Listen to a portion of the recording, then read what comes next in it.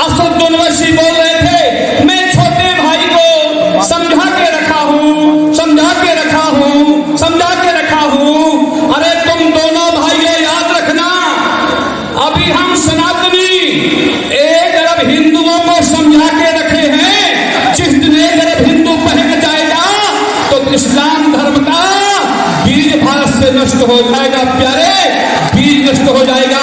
हम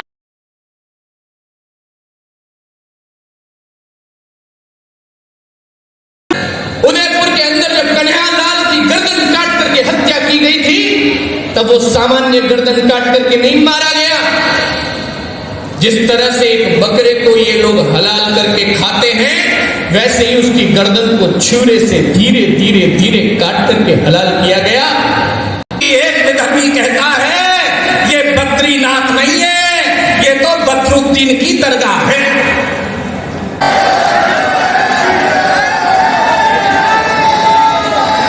एक और प्रार्थना, 3 होते हुए सनातन बोर्ड का निर्माण, कृष्ण भूमि के मंदिर का निर्माण, तीसरा जिन्होंने प्रसाद में मिलावट की है उन्हें सजा। एक और प्रार्थना बाकी है, आप कहो तो करूं। जो कंपनियां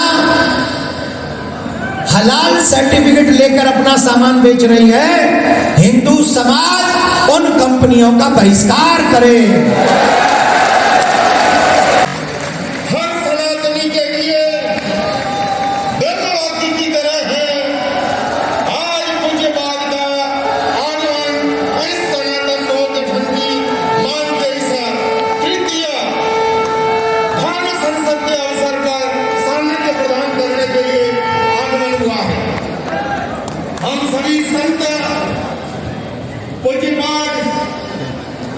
शंकराचार्य जी का इस अवसर पर सारा संत समाज का है, हमारे सभी धर्म परंपराओं की ओर से हम शंकराचार्य जी का बहुत बहुत स्वागत करते हैं, अभिनंदन करते हैं। समान नागरिक संहिता इस देश में लागू की जाए। जब तक रहेगी फुर्सत न होगी काम से, यही तो ज्ञान देते हैं हम लोग अपने मंचों से। जिंदगी जब तक रहेगी फुर्सत न होगी काम से, कुछ समय ऐसा निकालो कि प्रेम कर लो राम से, अभी नहीं तो। मैं निवेदन कर रहा हूँ, अब जो मंच पे विराजमान लोग हैं अपनी टिकट अभी से 5 बजे के बाद की फ्लाइट बुक कर लें। इससे पहले यहाँ से कोई जाएगा नहीं, जाएगा तो गाड़ी पंचर होगी। ये ब्राह्मण का वचन है। यहाँ हमें जो एकत्रित होना पड़ा है, ये हमारा दुर्भाग्य है। दुर्भाग्य क्यों है? क्योंकि हिंदुस्तान पहले ही धर्म के आधार पर बच चुका था और आज उस धर्म को कोई ध्यान नहीं रखता है। यहां तक कि बड़े बड़े नेता, आप देख रहे होंगे महाराष्ट्र में फतवा जारी हो रहा है और फतवा जारी में कहते हैं कि कोई वोट मत देना, हमें विधर्मी कहा जाता है। आप किस दिन एकत्रित होंगे? किस दिन आपको एकत्रित होने के लिए सोचना होगा? आरएसएस की स्थापना हुई आजादी से पहले 1925 में, लेकिन हिंदू तब भी एक नहीं हुआ। उसके पश्चात में यहां बट गए, चले गए, और तो और जो हमारी जमीन थी आजादी के बाद, जिस पर हमारा अधिकार था, जहां हमारे बड़े बुजुर्ग रहते आए हैं, आज उस जमीन पर भी वक्फ बोर्ड के नाम पर आज हमें चिन्हित किया जा रहा है। हमारे देव स्थानों को हमसे छीना जा रहा है। यहाँ सनातन बोर्ड की स्थापना, हमारे आदि गुरु शंकराचार्य बैठे हुए हैं, जिन्होंने लगभग 2600 वर्ष पूर्व महाराष्ट्री जिस पंथ पर चल रहे हैं, वहां सनातन धर्म की स्थापना के लिए 4 मठों की स्थापना की गई थी। आज उन मठों का आधार भी ऐसे लग रहा है जैसे कि बद्रीनाथ में महाराज श्री आपने देखा होगा कि एक विधर्मी कहता है ये बद्रीनाथ नहीं है, ये तो बदरुद्दीन की दरगाह है। ये सभी अखाड़ों का समर्थन आपके साथ है और जिसके साथ भारत का अखाड़ा परिषद हो जाएगा, हर हालत में वो कार्य पूर्ण हो जाएगा। और हम सब लोग अखाड़ों की ओर से आप सबके साथ यहाँ भी और जहाँ आवाहन करेंगे वहां भी खड़े रहेंगे। परम श्रद्धेय हमारे अध्यक्ष जी हमारे बीच में बैठे हुए हैं। बस केवल 2 मिनट का समय मिला है, मैं 1.5 मिनट में बात करके यहाँ से अपनी वाणी को विराम दूंगा। आज आवश्यकता है इस दिल्ली के अंदर 3 अक्टूबर को दिल्ली में विधर्मियों के द्वारा 5 लाख लोगों को इकट्ठा करके देश के 1 अरब हिंदुओं को चुनौती दी गई है। 1 अरब हिंदुओं के लिए चुनौती दी गई है। प्यारे, क्या वो चुनौती स्वीकार करेंगे? नहीं, हम 5 लाख लोगों की चुनौती स्वीकार नहीं कर रहे हैं। हम 1 अरब हिंदू अपने घर घर में, परिवारों में, समाज में, शिष्यों के बीच में जाकर के अलग जगाएंगे। इस मन से संकल्प लेकर सभी लोग संत भक्त आचार्य जाएंगे और अपने अपने परिवारों में अलग जगाएंगे। अब सनातन बोर्ड का गठन हर हालत में होना चाहिए, क्योंकि 5 लाख लोग विधर्मियों के द्वारा हमें जो चुनौती दी गई है। आज हमारे बीच में कैसे हिंदू हृदय सम्राट आए हैं, हैदराबाद के गौरव, जिन्होंने अकेले बंधुओं को नाको चना छुआ दिया है। प्यारे, एक बार जोर से तालियां उनके नाम से हमारे बीच में हिंदू हृदय सम्राट हैदराबाद से पधारे हुए हैं। टी राजा जी, जिन्होंने ओबीसी बंधुओं को नाको चना छुआ दिए। एक बार मैं चाहूंगा खड़े हो जाए टी राजा, जोरदार तालियों के साथ। और बस 1 मिनट का समय लूंगा। एक दिन महाराष्ट्र के चुनाव में इस स्थिति में हम पहुंच चुके हैं, हमारा होगा क्या? अब तो हमारे मंदिरों पर, हमारे गुरुद्वारों पर, हमारे जितने भी सनातन धर्म के स्थान हैं, उन पर जो अपना अधिकार प्रस्तुत कर रहे हैं वो प्रस्तुत ना कर सके। ये संत समाज आज वही दंड लेकर खड़ा हुआ है और आज उस दंड को संभालने के लिए हमारे आदि गुरु शंकराचार्य हमारे मध्य में है। तो मेरा आप सभी से केवल एक ही अनुरोध है, आग्रह है कि ना हम बटेंगे और ना हम कटेंगे। सभी सनातनीय परंपरा, हिंदू संस्कृति को कितना छोटा और कितना हल्का दिखाया जाता है।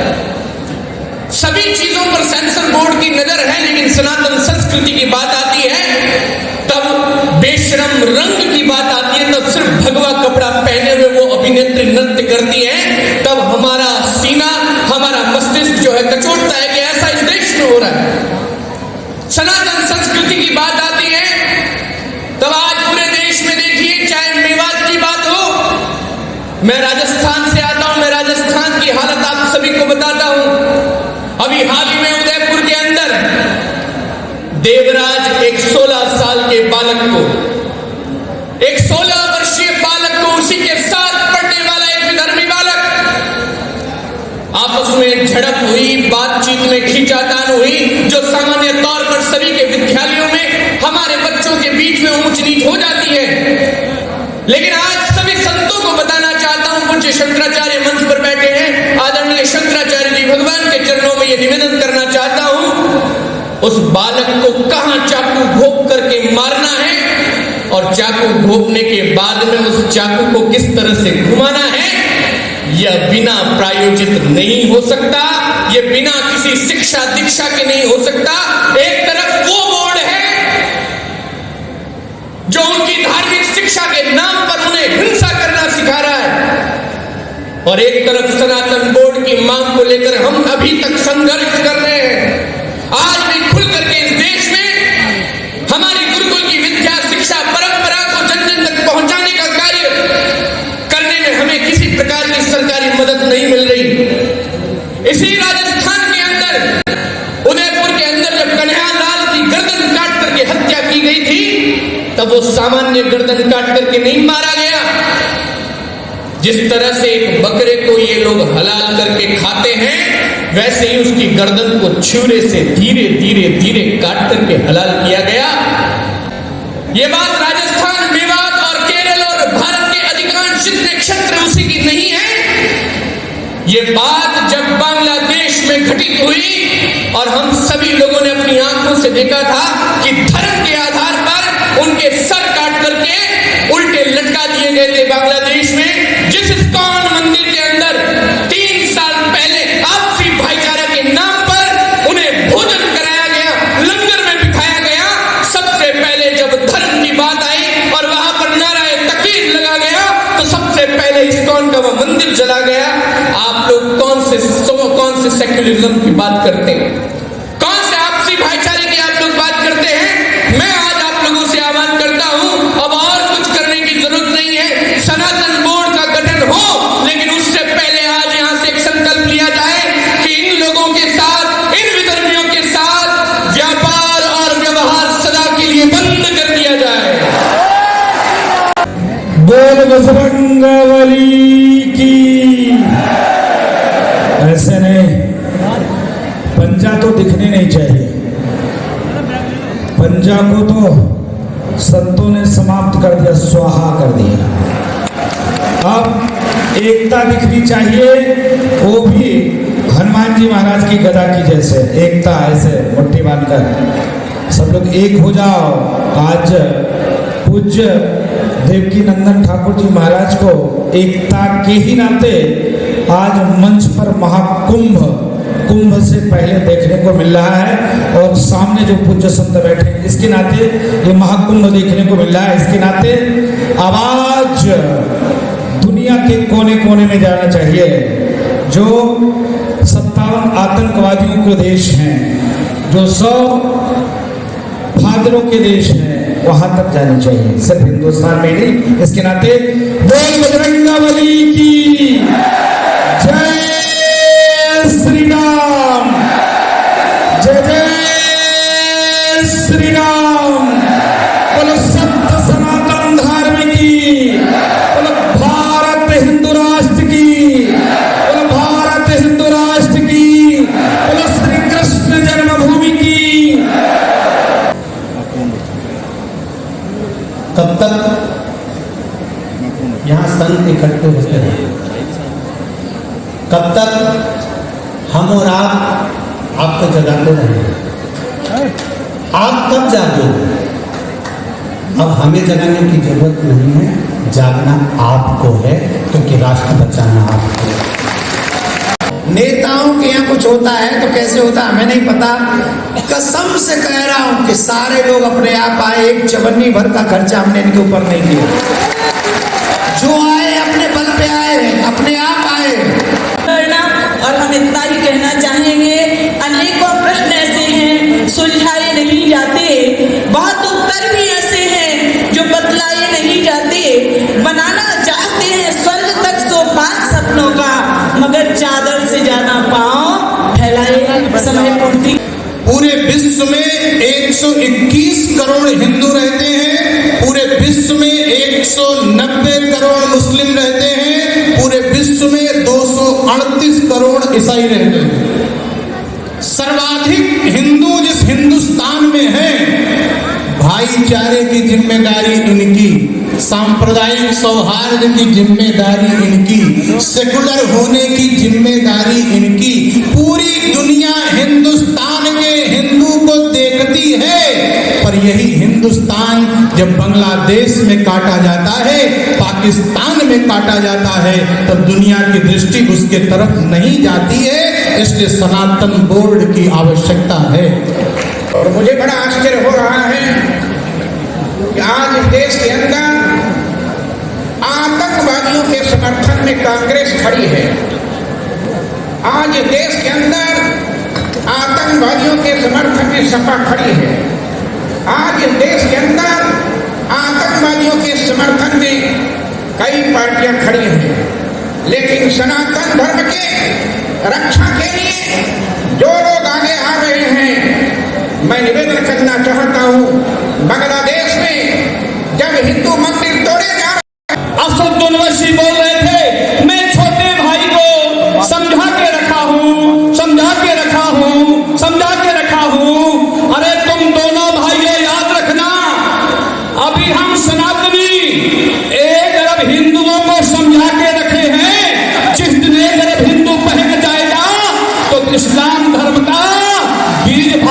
नष्ट हो जाएगा प्यारे, बीज नष्ट हो जाएगा। हम डरते नहीं अड़बंदों से, ना विध्वंसक जलपोतों से, हम डरते हैं ताशकंद शिमला जैसे समझौतों से। चार भेड़ियों से डरती नहीं है। कौन है वो चार भेड़िया? चाहे जो अपने आप को शहंशाह समझे, हम चार भेड़ियों से डरते हैं। सिंहों की संतान नहीं, भरत वंश के इस पानी की है इनको पहचान नहीं। अब की जंग छिड़ तो सुन लो, नामो निशान नहीं होगा, बोर्ड सनातन होगा, लेकिन भारत में इस्लाम नहीं होगा। कार्यक्रम चलेगा 5 से 5:30 बजे तक और कोई नहीं हिलेगा यहां से। और आप अगर चाहो तो पैदल मार्च उन लोगों तक किया जाए जो सनातन के विरोध में खड़े हैं। बताओ कौन कौन चलने को तैयार है? जोर से बोलना पड़ेगा। ये उसको जवाब है महाराज जी जो कह रहा है ना मैंने छोटे भाई को रोक रखा है। वो बाबरा है, जानता ही नहीं। हमने अपने हर भाई को रोक रखा है। हमने अपने हर भाई को रोक रखा है। क्यों? क्योंकि हम संविधान में विश्वास रखते हैं और जो अधिकार की बात हम कर रहे हैं वो संविधान के तहत सनातन बोर्ड बनवा के रहेंगे, कृष्ण जन्मभूमि का निर्माण करा के रहेंगे, अपनी बहन बेटियों को बचाने का कार्य करा के रहेंगे और ये अधिकार कोई माई का लाल हमसे छीन नहीं सकता। ये हमारा फंडामेंटल राइट है। हम अपने अधिकार के लिए लड़ेंगे और ये सदन अपना फोटो खिंचाने के लिए खड़ी नहीं हुई है। ये सदन अंतिम धर्म युद्ध के लिए खड़ी हुई है। किसके लिए खड़ी हुई है? कौन कौन चाहता है? एक पत्रकार महाराज जी हमसे पूछ रहे थे क्या अब की बार आर पार की लड़ाई है? हमने कहा साहब, एक भाई ने हमसे कहा पत्रकार ने क्या आर पार की लड़ाई है? हमने कहा जिनके हौसले कमजोर होते हैं वो आर और पार पे ध्यान देते हैं। अपना तो हौसला बुलंद है, हौसला अब की बार तो पार ही जाएंगे।